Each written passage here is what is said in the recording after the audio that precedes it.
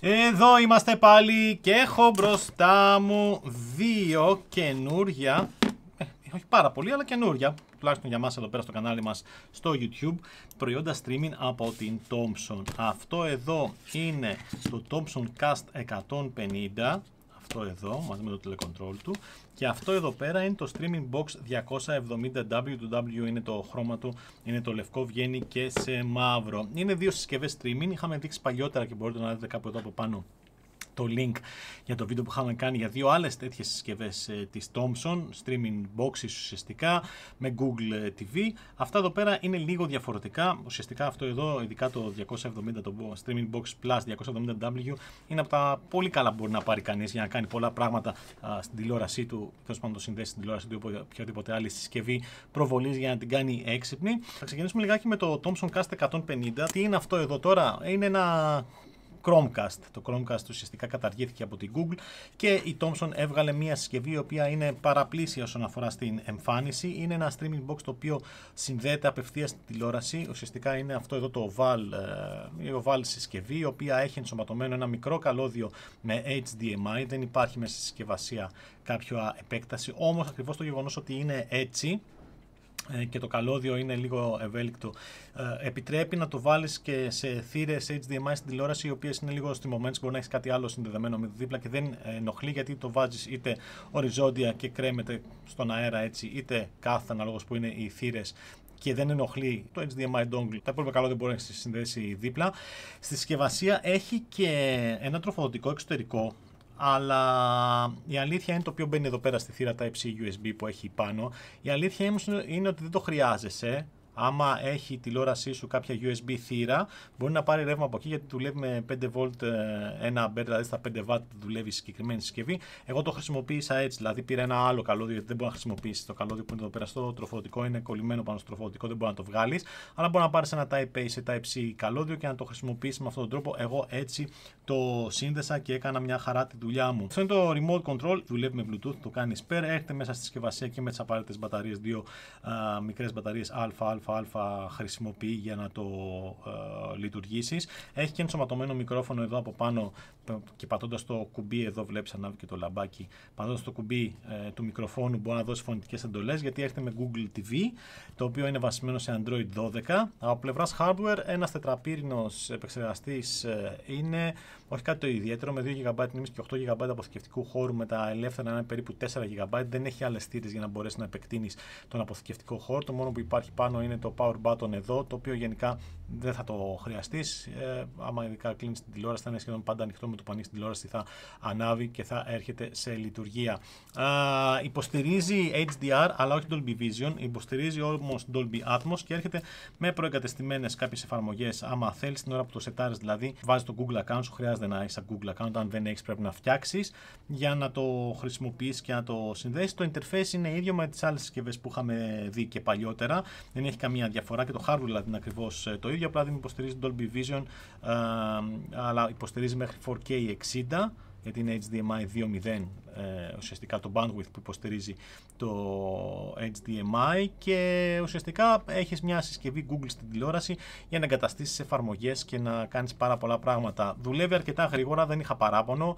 Netflix, Disney Plus, όλα είναι Wide Level 1 η συσκευή, οπότε έχεις 4K ανάλυση εφόσον είναι η συνδρομή σου είναι αντίστοιχη, οπότε δεν έχει κανένα θέμα από αυτή τη πλευρά και είναι μια σχετικά οικονομική συσκευή. Μπορεί να το βρει, δεις κάτω στο link στην περιγραφή ποια είναι η τιμή. Νομίζω μπορεί να το βρει και γύρω στα 60 ευρώ. Είναι εύκολο, κυρίως είναι πάρα πολύ βολικό, γιατί είναι πολύ μικρό για να το πάρεις και μαζί σου. Δηλαδή, να πας σε ένα ταξίδι, σε κάποιο ξενοδοχείο και θες να έχεις μαζί σου όλα τα account σου και να στριμάρεις κατευθείαν από εκεί, μπορεί να το πάρεις μαζί σου πολύ εύκολα και με ένα καλώδιο, είτε με το τροφοδοτικό για σιγουριά, αν δεν έχει τηλεόραση USB, είτε με ένα καλώδιο Type-A σε Type-C USB, να του δώσει ρεύμα και να έχει κατευθείαν σε οποιαδήποτε μέσο προβολής, είτε είναι τηλεόραση, είτε είναι οθόνη, είτε είναι ακόμα και κάποιο προβολέας, να βλέπεις εκεί το περιεχόμενό σου. Με 3 χρόνια εγγύηση έρχεται και υποστηρίζει όλες τις συσκευές. Υπάρχει, ξαναλέω, το μικρόφωνο εδώ για το Google Assistant για να δώσει φωνητικές εντολές, να κάνεις αναζήτηση για να εγκαταστήσεις άλλες εφαρμογές κάνοντας αναζήτηση ή να ψάξεις κάποια μουσική στο YouTube ή οτιδήποτε τέτοιο. Δουλεύει μια χαρά, παιδιά, και έχει και αυτό το πληκτράκι εδώ, το οποίο είναι προγραμματιζόμενο, καθώς και το Live TV, το οποίο και καλά εμφανίζει live TV από free κανάλια, μπορείς να δεις εκεί. Είναι μια ωραία συσκευή, αλλά άμα θέλεις το κάτι παραπάνω, η καλύτερη λύση, παιδιά, είναι αυτό εδώ, το Streaming Box 270W. Ουσιαστικά αυτό εδώ τώρα είναι ένα παραδοσιακό TV Box, αλλά είναι καλύτερο από τα περισσότερα οικονομικά. Νομίζω τώρα κυκλοφορεί στα 89 ευρώ. Δεν δουλεύει με τροφοδοσία από θύρα USB. Έχει στο πίσω μέρος το βίσμα της τροφοδοσίας με το τροφωτικό, να είναι στη συσκευασία 18W αν δεν κάνω λάθος. Βλέπεις ότι έχει και επιπλέον θύρες. Έχει και μια USB 3 εδώ, οπότε μπορεί να βάλεις και ένα εξωτερικό δίσκο USB 3 για να έχεις εκεί πέρα είτε φωτογραφίες, είτε ταινίες, είτε βίντεο, είτε οτιδήποτε για να τα βάλεις από εκεί, είτε να έχεις εκεί ROMs που είχαμε δείξει και στο παλιότερο βίντεο για να παίξεις χρησιμοποιώντας κάποιο Bluetooth χειριστήριο, να παίξεις παιχνίδια στην τηλεόραση. HDMI με το καλώδιο να είναι στη συσκευασία, είναι λευκό, είναι μια χαρά. Και θύρα LAN η οποία είναι 100 Mbit και είναι μια χαρά άμα θες να κάνεις streaming για παιχνίδια, γιατί το είχαμε δείξει και στο προηγούμενο βίντεο. Άμα θέλετε για περισσότερες πληροφορίες για αυτά, δείτε εκείνο το βίντεο, δεν ξανακάνω πάλι τα ίδια πράγματα. Έχω βάλει και το Moonlight για να κάνω streaming από το PC μου και το PX Play για να κάνω stream από το PlayStation 5. Ακόμα μπορεί να βάλεις, αν έχεις συνδρομή GeForce Now, για να κάνεις stream κατευθείαν τα παιχνίδια από το cloud. Σε αυτή την περίπτωση η θύρα LAN είναι πιο χρήσιμη, παρόλο που το bandwidth είναι μικρό, είναι 100 Mbit, έχεις καλύτερο latency σε αυτή την περίπτωση. Βέβαια το συγκεκριμένο έρχεται με Wi-Fi 6, όχι Wi-Fi 5 όπως είναι αυτό εδώ και όπως ήταν και τα προηγούμενα που είχαμε δείξει, οπότε είναι πιο σταθερή η σύνδεση στο Wi-Fi, εφόσον έχεις Wi-Fi 6 δίκτυο στο σπίτι σου.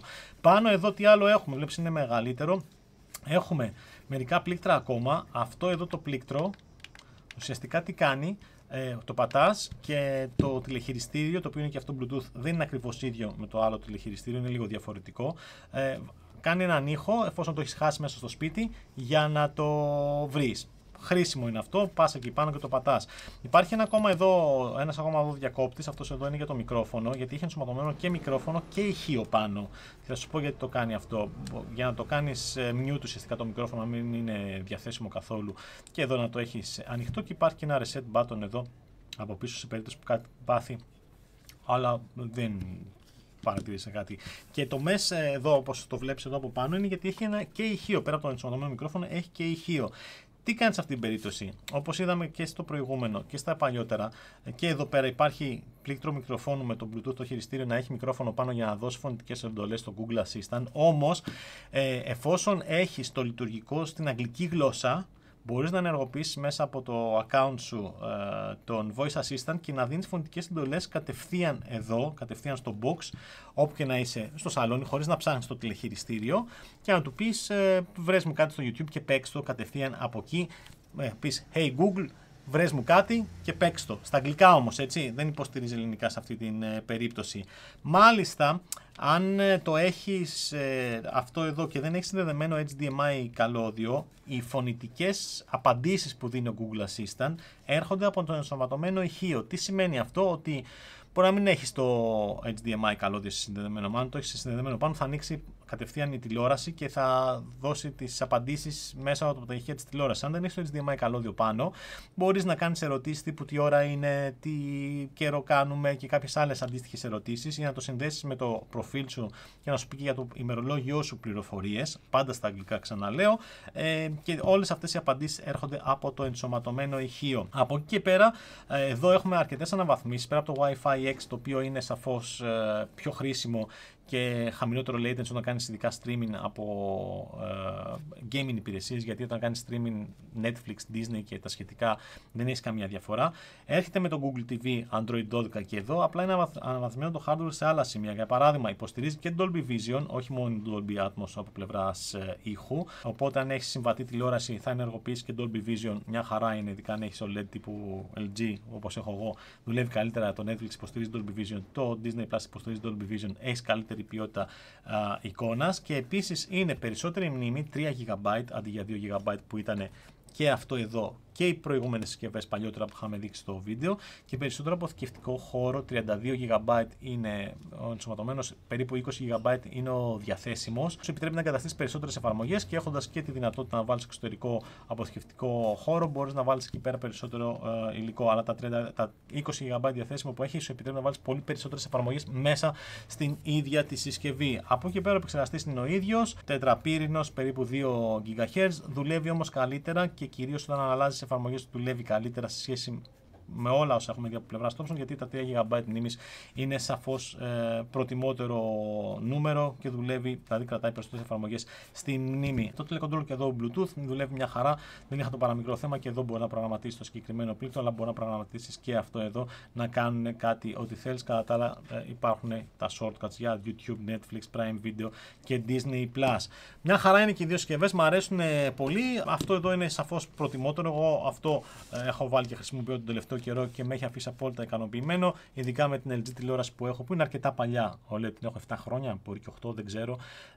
Που το λειτουργικό πλέον δείχνει τα χρονάκια του, ειδικά όταν βάζεις εφαρμογές που είναι πιο απαιτητικές, όπως είναι η εφαρμογή της Cosmote TV ή του Disney που καθυστερούν πολύ και εκνευρίζεται η κόρη μου όταν καθυστερεί κάτι να παίξει. Εδώ τα κάνω σαφώς καλύτερα. Και εδώ δουλεύει μια χαρά και αυτό εδώ πέρα είναι πολύ πιο βολικό, πολύ πιο μικρό να το κουβαλάς μαζί σου. Αυτό εδώ πέρα είναι πιο μόνιμη λύση με περισσότερες δυνατότητες. Το Wi-Fi 6, περισσότερος χώρος, περισσότερη μνήμη, δουλεύει καλύτερα και τις φωνητικές εντολές, αν σε ενδιαφέρει κάτι τέτοιο. Και τα δύο μπορεί να δεις το link στην περιγραφή από κάτω για περισσότερες πληροφορίες και από πού να τα αγοράσεις. Αυτά από μένα, τα λέμε στο επόμενο. Αντί, γεια!